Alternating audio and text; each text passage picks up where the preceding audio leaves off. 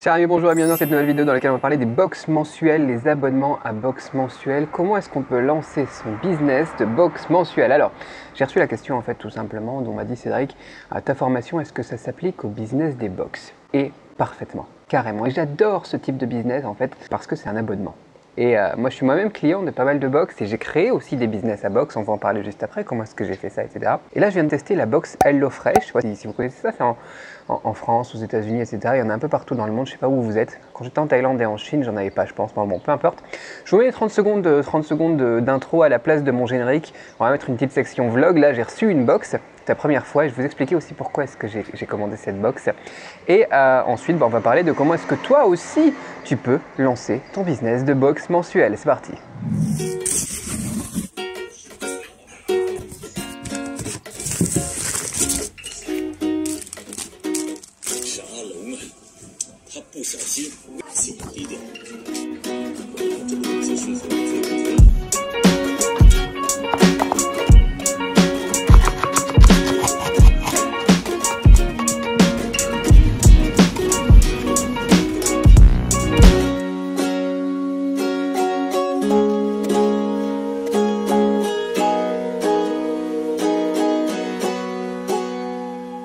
Voilà, c'était le petit moment sympa donc de la vidéo. Maintenant revenons à nos poumons. Sympa aussi mais beaucoup plus professionnel, beaucoup plus axé vers la génération de cash. Vous savez que j'aime bien ça.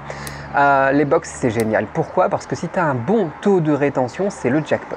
Quand tu fais une vente, en fait, tu n'encaisses pas 50 €. Tu fais pas une vente. C'est un abonnement. Donc du coup, quand tu encaisses, eh bien, tu encaisses peut-être 300 €, 600 €. Ça va dépendre de ton taux de rétention. Les gens qui disent, voilà, c'est un abonnement à vie, etc. Le système de box, c'est de leur en barre parce que voilà, les gens, ils vont rester abonnés toute l'année, etc. Tu vas t'en mettre plein les nouilles. C'est un peu faux. Parfois, ça dépend aussi de ton business, de comment est-ce que tu le fais, comment est-ce que tu le travailles. Si tu le travailles, par exemple, avec un bon marketing ou un mauvais marketing, tu peux avoir un taux de rétention d'1 mois et ça ne sera pas de leur en barre, franchement. Parce que si tu dépenses beaucoup en marketing, par exemple, ça peut faire mal. Alors nous, je vais vous expliquer comment est-ce que nous on fait ça, parce que je vous ai déjà expliqué, quand on lance un business avec Cédric Beau, on ne dépense pas en marketing, on fait tout sur du gratuit et on valide l'idée, on encaisse avant en fait de dépenser. Mais voilà, si tu as une bonne LTV, si tu as une bonne valeur à vie du client, si tu as un bon taux de rétention, ça peut être effectivement super avec les mêmes efforts que si tu devais vendre un produit unique effectivement. Donc sur la théorie, voilà, ils sont pas trop loin quand ils te disent que c'est quand même un bon deal de faire une box mensuelle. Et maintenant, la question c'était, est-ce que ça colle à ta formation au business des box mensuelles? Bah oui, parfaitement, réponse brève, ça colle et on va détailler maintenant mon plan d'action complet si je devais lancer, encore une fois, parce que j'en ai déjà lancé, une box. Je vous fais un petit rappel pour ceux qui ne me connaissent pas, nous on ne travaille pas sur le schéma classique. Le schéma classique c'est tu fais une étude de marché, tu fais un business plan, tu vas créer une société, créer ton site, etc. Et ensuite tu vas aller voir si les gens ils achètent ton produit. Nous on ne travaille pas comme ça, nous on travaille avec idée, validation, vente, marketing. Marketing gratuit pour commencer. Le but du jeu quand on lance un business avec moi, c'est de faire le plus rapidement possible 1 millier d'euros de bénéfices dans la poche par mois. Voilà. C'est d'être rentable en fait le plus rapidement possible. C'est bête, mais il y a beaucoup de gens qui ne se concentrent pas sur ça. Ils vont dépenser 5 000 € en paperasse, en création de société, en stock, en design de site web, etc. Et ensuite, ils vont se rendre compte que ça ne fonctionne pas et ce n'était pas un investissement, c'est une dépense. Nous, on va investir dans ce qui marche parce qu'on attend un retour sur l'investissement. Et ensuite seulement, on va faire les trucs chiants, on va faire les trucs la paperasse, on va faire les trucs comme ça. Sinon, on perd du temps pour un truc qui ne va pas forcément marcher. Ça paraît bête dit comme ça paraît con même, mais c'est ce que je pense que tout le monde devrait faire. Donc voilà, nous, notre plan d'action, c'est premièrement l'idée. Alors l'idée, est-ce qu'on va pouvoir trouver des bonnes idées de box? Vous savez, on suit mon plan d'action, idée, filtre, valider, développer la base client, etc. Donc idée, est-ce qu'on peut trouver des bonnes idées de box? Comment est-ce qu'on peut trouver des bonnes idées de box? Et il faut trouver plusieurs idées qu'on va filtrer après. Et là, dans la formation, vous allez le voir, mais on a les trucs qui répondent à des besoins, on a des trucs qui répondent à des problèmes, on a des choses qui vont flatter l'ego, on a des consommables. Consommables, c'est très intéressant. Là, la HelloBox, là, par exemple, HelloFresh, je sais pas quoi, là, c'est de la bouffe. Donc c'est bien à renouveler aussi tous les mois, mais ça pourrait être de la déco. Moi, j'ai fait une box avec des produits qui venaient de Chine pour la tradition, culture, décoration chinoise. Et ça marche tout aussi bien. J'ai un ami qui fait des box du Japon et il envoie à la fois de la bouffe et à la fois des outils, des couteaux, des choses comme ça. Ça fonctionne bien aussi. On peut avoir plein d'idées, vous allez avoir plein d'idées avec ce qu'on va faire ensemble qui s'adaptent parfaitement à un système de box et qu'on va pouvoir filtrer dans l'étape suivante. L'étape suivante, qui est eh bien, filtrer ces idées. Alors dans les idées de box, est-ce qu'on peut avoir des idées qui vont être adaptées à des clients qui ont de l'argent? Aller là où est l'argent. Vous vous souvenez du titre du module? Oui, parfaitement. Est-ce qu'on peut trouver des box où on est certain que les gens vont acheter parce qu'ils en ont besoin? Oui, complètement. J'ai des idées en tête là. Est-ce qu'on va pouvoir avoir des box qu'on va vendre suffisamment cher pour que ça soit rentable? On a déjà parlé de combien est-ce qu'est le prix minimal pour vendre un produit pour être rentable. Alors en plus là, comme derrière on a un abonnement, on peut même viser pas la rentabilité dès le premier mois, mais plutôt le break-even. Et accumuler des clients sans être trop stressé parce qu'on sait qu'ils vont revenir, ils ont souscrit à un abonnement. Ils ont envie que le mois suivant déjà, tu leur envoies un truc encore. Donc on peut partir sur une idée d'un taux de rétention ridicule, pourri, de 2 mois, 3 mois, et considérer notre budget comme ça. Et essayer d'être break-even dès le premier mois, et que le mois suivant et le mois d'après, ça soit la rentabilité. Donc oui, tout à fait. Dans les filtres des idées, ça va s'appliquer totalement. Troisième étape, valider l'idée. Valider l'idée, c'est quoi? La validation d'un business, la validation d'une idée de business, elle se fait par la vente, encore une fois. Pas par les projets, les business plans, les études de marché, les trucs comme ça, tous ces trucs pourris-là, qui parfois se heurtent à la réalité du marché. Nous, on va tester, on va valider nos idées avec le marché, parce que c'est lui qui a raison. Dans les différentes stratégies que je vous donne pour la validation d'une idée de produit, il y a la pré-vente.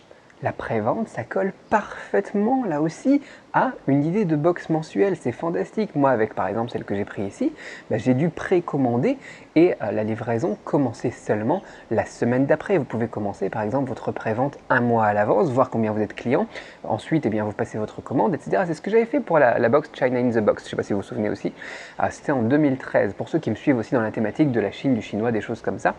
Et c'est ce qu'on avait fait et c'était génial, le concept était validé.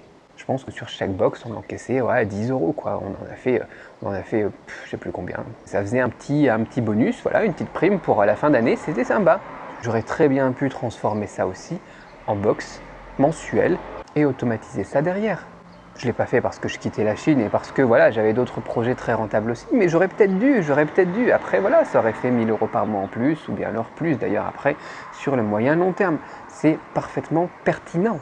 L'idée, elle était validée. J'ai un business, j'ai un plan B. Si un jour tous mes business s'écroulent, tout mon empire s'écroule, je sais que je peux très bien aussi lancer une box depuis la Chine. Pourquoi pas? Parce que le business est déjà lancé, le business existe déjà, les clients j'en ai déjà, je sais le marketing qui marche, on en parle juste après justement du marketing aussi. Voilà, l'étape suivante, c'est de développer la base client, c'est de développer le marketing gratuit si possible. Est-ce que ça s'adapte, moi ce que je propose, à une box mensuelle? Encore une fois, tout à fait. On évoque dans les marketing gratuits les systèmes d'affiliation qu'on peut mettre en place, ça colle parfaitement. Les influenceurs gratuits, ça colle parfaitement. Les parrainages, les journalistes aussi. Je vais vous expliquer comment est-ce qu'on contacte des journalistes. Là, on peut surfer sur la tendance. Depuis l'année dernière, les box, c'est de la folie, quoi. Donc on peut tout à fait aller s'intéresser aux journalistes, en démarcher quelques-uns. Et je vous expliquerai d'ailleurs ceux qui ont la plus forte probabilité de venir chez vous parce qu'ils auront envie en fait de vous faire apparaître dans leur journal. Et ça peut vous rapporter, là pareil, des dizaines de clients dès la parution de l'article. C'est fantastique. C'est ce que j'avais fait pour le lancement, moi, de ma formation au chinois notamment, et que pas mal de mes clients ont fait aussi derrière, sous mes bons conseils. Et ça, c'est que 4 exemples de ce qu'on peut faire au niveau du marketing gratuit. Mais on aura déjà les premiers clients, on aura déjà encaissé les premiers euros, on aura déjà 4 ou 5 clients qu'on aura récupérés en 48 heures, maximum 5 jours, et on sera en train de scaler en marketing gratuit déjà à ce moment-là. On n'en a pas besoin pour commencer. Si votre produit il est bon, votre idée elle est bonne, elle est filtrée, elle est validée, c'est parti. Soyons fous, faites des business de box, franchement c'est vraiment... Puis c'est passionnant à faire comme truc. Donc voilà, si je devais lancer un business de box, voilà comment est-ce que je m'y prendrais. La manière dont je m'y prendrais, en fait c'est exactement la même que ce que j'utilise pour mes business d'infoproduits, pour mes business e-commerce ou mes business de service. C'est toujours la même logique. Cette formation que je propose, elle s'adapte à tous les lancements de business.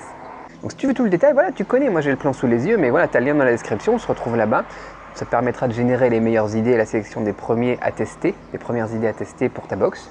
Ça te permettra d'encaisser le premier euro dans les 48 heures. Ça te permettra d'être une bête de productivité pour réaliser le projet le plus rapidement possible. Encore une fois, on n'est pas là pour faire des business plans, des trucs comme ça et des projets sur la comète de je sais pas quoi, non.